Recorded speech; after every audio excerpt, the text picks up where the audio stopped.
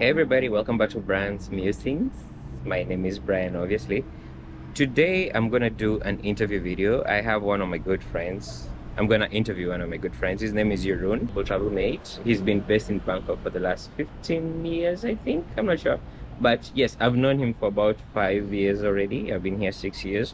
So I'm gonna just have a sit down with him, talk to him about Bangkok, Thailand, about his channels. He has two channels actually. Global Travel Mate. The other one is called Sukhumvit Homes because that's his main line of business. So I do hope you're gonna enjoy today's interview. It's not gonna be too long. Just like I sit down with friends, talking and discussing and all that. That's all.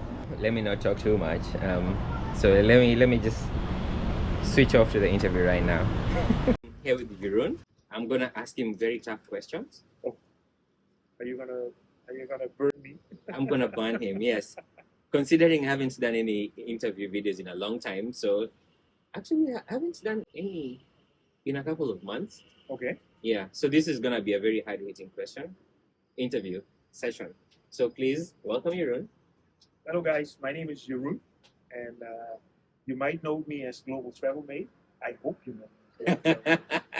And I live in Bangkok. I'm from Holland, and moved here 15 years ago. And I'm doing YouTube already since 4 or 5 years. Mhm. And I'm also running a real estate company since 12 years, which is called Sukhumvit Homes. Can you tell us more about running a business here? Because I know very many people usually ask about running a business in Thailand, and some people do say it's not easy, it's manageable. Others say you have to jump a lot of legal hoops to get it started. I think it depends on what kind of business you do, of course. Yeah. And I think the most important thing is that you have a little bit of money. You have a bit of capital and a good idea. Mhm. And if you have capital, then you can arrange some things. And for example, if you have a business here in Bangkok, you need to have like 4 staff working Local for staff. you. Yeah. Yes. And so obviously that takes a little bit of an investment. But I think in the end it's fine. It's worth it. Yes. I think, let's say like this: if you really have a business, then it's okay. But if you use the business for getting a visa, maybe, or you have it for different reasons, then maybe it's not so easy. Mhm. So I don't find it too complicated. Okay. Cool. So you mentioned that you are from Holland, Yes. and I've just remembered you once told me something about your background. Yes. Yeah. Do you wanna tell us more about your background? Yeah. So obviously I'm not the blonde, blue-eyed Dutch person. Typical. So my mother is from Curacao. My father is from the Caribbean, from the Dutch Caribbean, an island called Curacao. Mhm. And so that's basically my ethnic background. But I was born in Holland. I speak with a very heavy farmer's accent.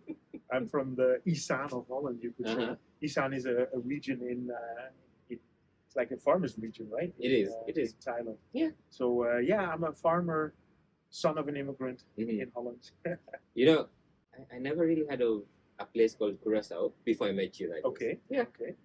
Curacao, Suriname, these tiny islands in the Caribbean. Yeah. I'm not very familiar with that area because I've never been. No, it's. I think most people in the US might know it because you might have heard from Aruba. Yes. So you have Aruba, Bonaire, and Curacao. They are 3 islands that are in front of Venezuela. Mm-hmm. By the way, my name is Maduro. I'm not related. The strong man. I know that you're going to ask me about Kenya because we just came back from Kenya and we were exchanging money at the bank. Mm-hmm. And at the bank, I gave the money and I have to give my passport, right? Yes. And the first thing he said, "Are you from South America?" And I was like, how did he come up with that? Because of the name Maduro. So he made a connection with the president of Venezuela. You did mention you have Sukhumvit Homes. You're running Sukhumvit Homes as a business. Yes. Tell us more about Sukhumvit Homes. What do you primarily do? Do you buy, sell, or do you help people get houses? We are just we are an agency, so we are basically intermediary. So we are between the client, from the beginning, mostly the renter. So somebody that wants to move to Bangkok and they need somebody to help them find them an apartment. Mm-hmm. Then we can search the apartment for them and then get the connection between the renter and the landlord. Okay. And also now, if you want to buy something, we can find you the apartments. But mostly, yes, actually, because we are doing a lot on YouTube, we're making a lot of videos. So mostly we have units, and through the units we get the customers. And that's we're basically helping foreigners with settling. Yeah. And it's not only just finding the apartment, but we're also trying to help out with getting the bank account, all these kind of things. So we deliver a bit more of extra service. All right. So tell me more about Global Travel Mates. Okay. Because I know you started a YouTube channel with Sukhumvit Homes. Yes. Right? Yeah. Way before Global Travel Mates. Yes. So tell us more about Global Travel Mates. Yeah. So Sukhumvit Homes, I was already filming like 10 or 11 years ago, because we had a website for getting the customers. Yes. And in the website I could also put a little video. So I started making videos, uploading them on YouTube, and then just to use that link inside the website, because we believe that it's a good idea to show the people already before they come to Thailand or before they see the apartment how it looks. So I've been filming like that already for but I said since 12 years. Yeah. And then 4 years ago, when the pandemic started, I realized that at that point there were no people coming in. So I was still filming, but I felt that there was something else that I could do, and my idea was to help people with showing how Bangkok is. And I realized that a lot of people could not travel here, and we were locked down. Yeah, we were actually stuck here, and the rest couldn't come here. And that's when the idea came to start filming the city. And I normally, when I go film apartments, I go on my bicycle, and it's the easiest way to get around town.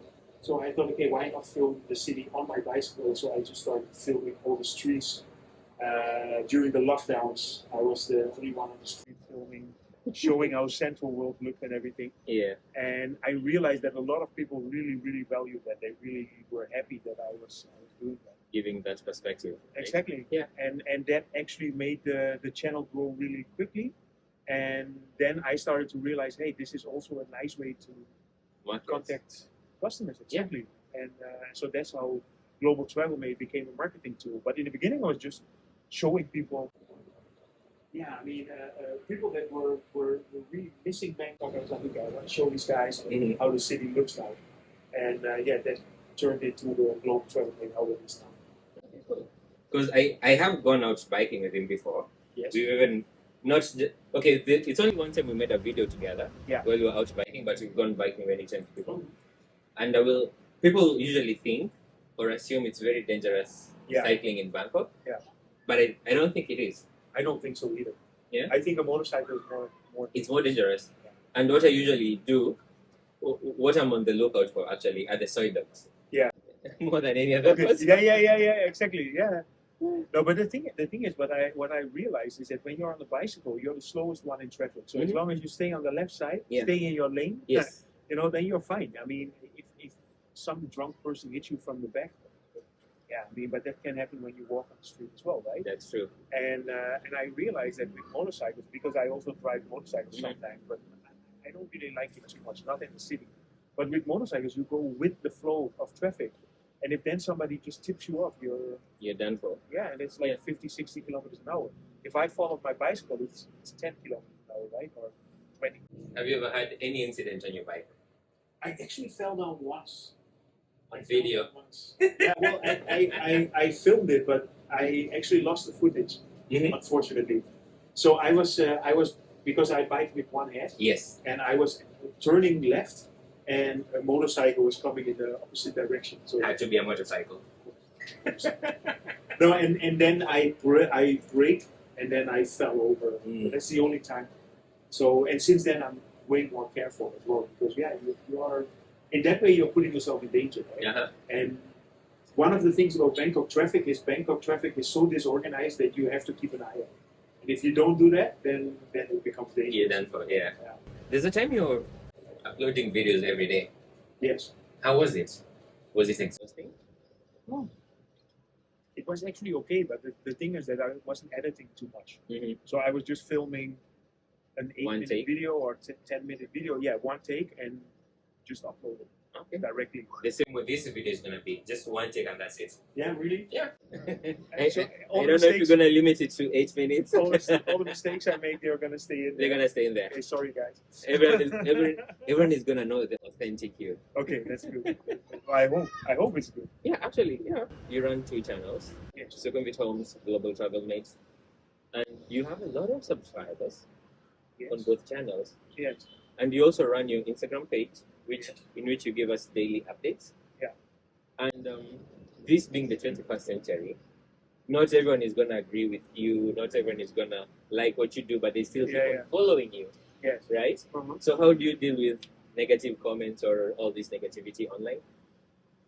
I don't have a big problem with negative comments because the thing is that I would say my channels are quite politically correct. Okay. I will never make a statement. I will never say you should do this or you have to do this. All right. So it's mostly I just show you whatever is going on in Bangkok. For example, with Instagram, it's the weather. Mhm. Well, if you don't like the weather, that's your problem. If you want to complain about that, that's not an issue. And then of course you can say you don't like my voice. If you don't like my voice, that's also your problem.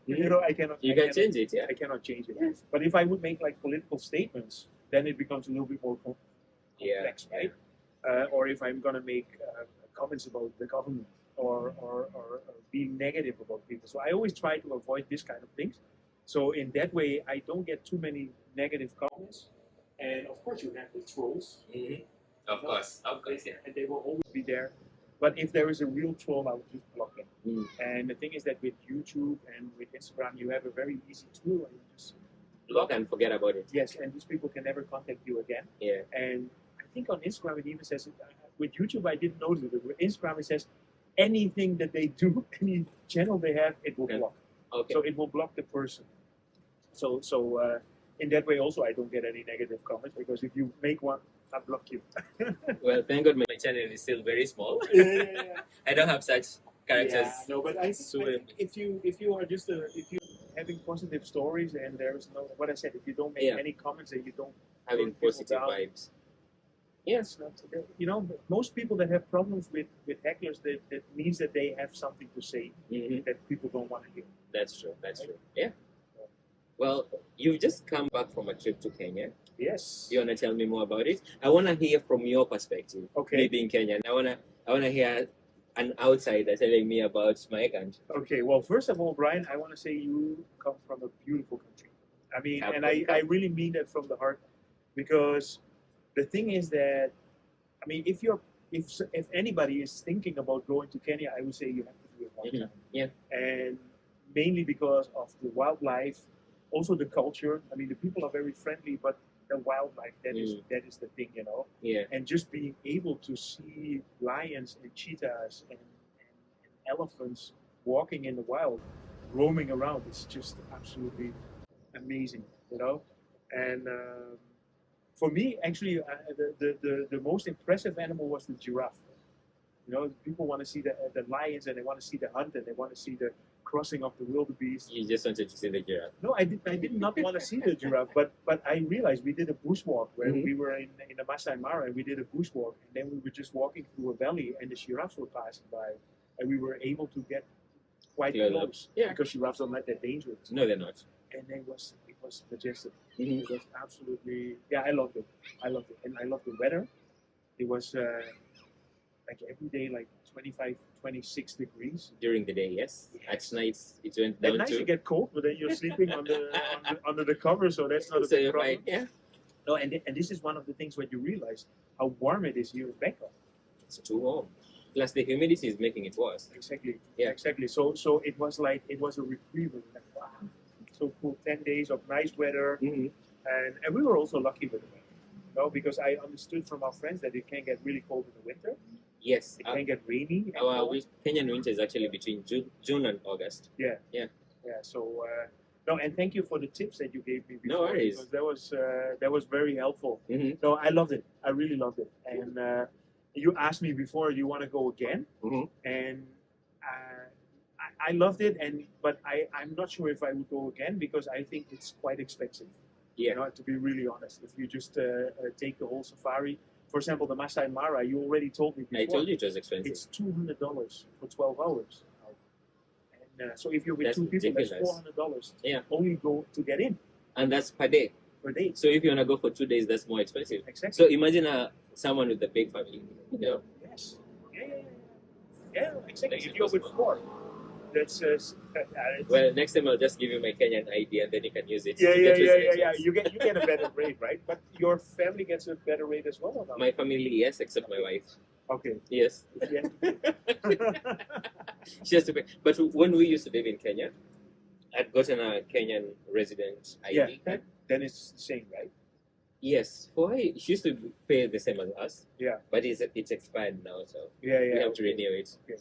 It's crazy. No, but that's the only thing that's what I would say is a bit of a negative because it's so expensive. Mhm. And also, all the hotels there were very expensive. Yes.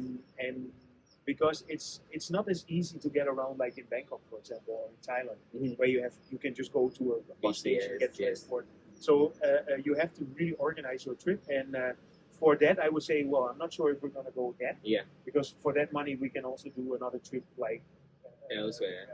whatever, there are some Machu Picchu in South America, or whatever. Well, we can go there one time as well Mhm. before we go back. Yeah. So, but we loved it.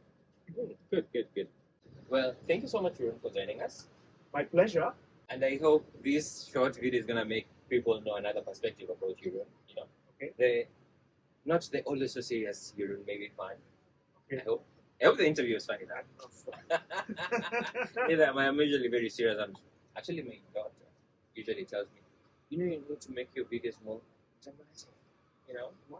Because she says I record my videos like, hi everyone, my name is Brian. But I'm like, I don't sound like that. I don't think I do. No, you don't. Yes. You don't. Because I try to be a bit here. I saw your first interviews with Pete Mhm. and with Chai. yes, Yes. and I know you look very good at it. But that's the thing. I look good in other people's interviews, but In your on own, my own channel, I'm like, I- what's happening? yeah, really. But you think you agree with your daughter or not? She's someone who's next to me, so it kind of like affects your well-being. Yeah. Oh, man, it is. Thank you so much for joining us. My pleasure. And I hope we all learned something new about Jeroen, considering we've been interviewed very many times, and each person with their own perspective. Yeah. No, I mean, I'm happy that you invited me, and it's always nice to, especially with old friends. Mhm. We know each other for probably 4 years. 4 years, yeah. Yeah, I guess from the beginning, right? When we used to go to Soy 11. Exactly, and you remember that we did the 5,000 subscriber meetup. Exactly. In Soy 22. Mhm. The live stream is still online if you want to see that. Yeah. And so it's It's always a pleasure. yes. Yeah. Exactly. Okay, cool. Thank you, man. Thank you. Bye, everybody. Bye. See you guys next time.